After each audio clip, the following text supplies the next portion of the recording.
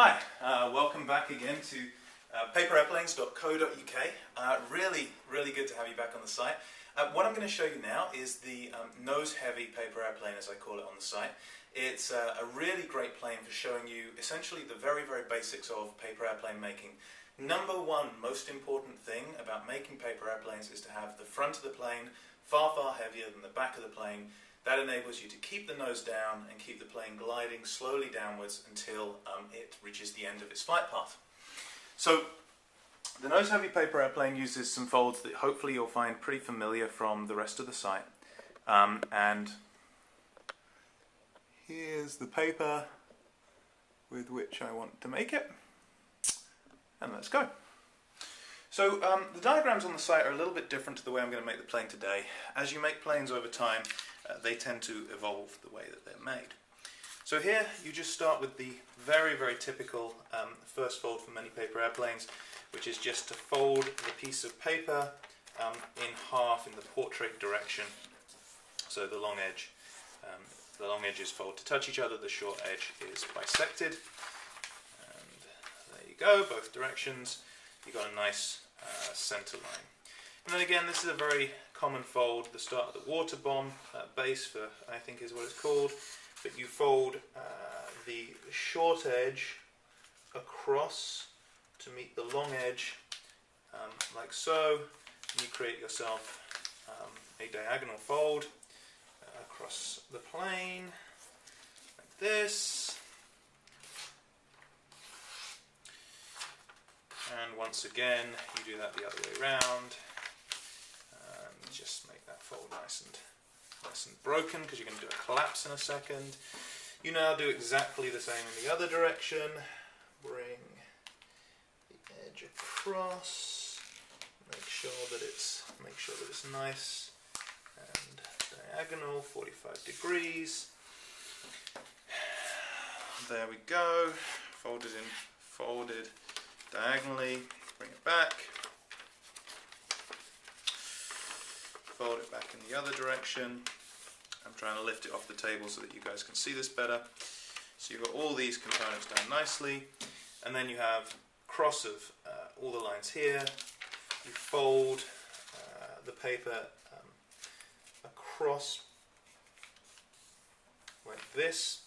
So you fold the top short edge down to meet, if you like, the bottom end of the square. So you have a line across like this. Flip it over, push in the sides, and the whole plane should collapse in really nicely to form this shape. Again, start like this, collapse in the sides, bring down the top, planes collapse really nicely. So now the next step is you bring these in, and this is one of the places where I've changed the way that I'm folding it slightly. So what you do is you bring this pointed corner in here, up to the top, so that this edge is now along the center edge.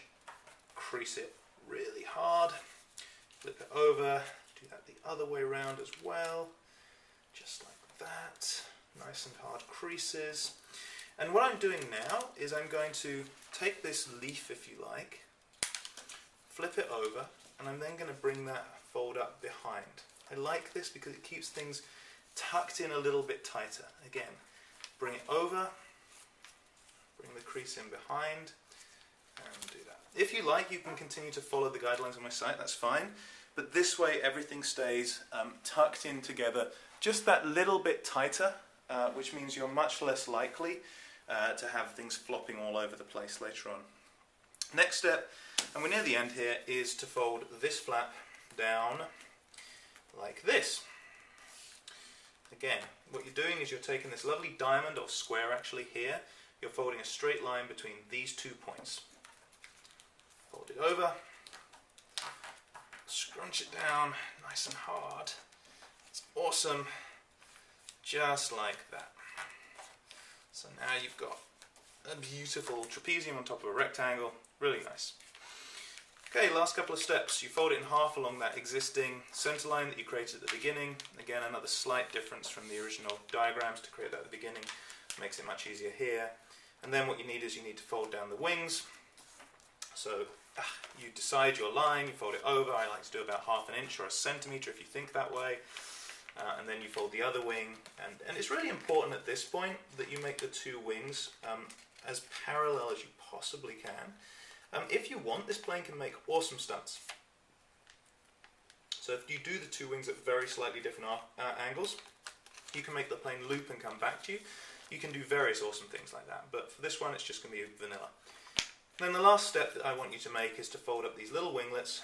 They help the plane stay stable, fly straight. It's only got a small fuselage, and the fuselage acts for a paper airplane in many ways like the keel does in a boat. Stops it from sort of flipping over, spiraling, also stops it from curving one side to the other. So make those two exactly parallel. And so you've got a very classic little paper airplane shape now. Looks a lot like sort of the world record paper airplane that Kane Blackburn's used many times. Some of the stunt planes that the paper airplane guy likes to use. Check out his site, thepaperairplaneguy.com. It's really good. Very classic shape. So now the next step is to show you guys this plane flying, which again, I've said it many times now.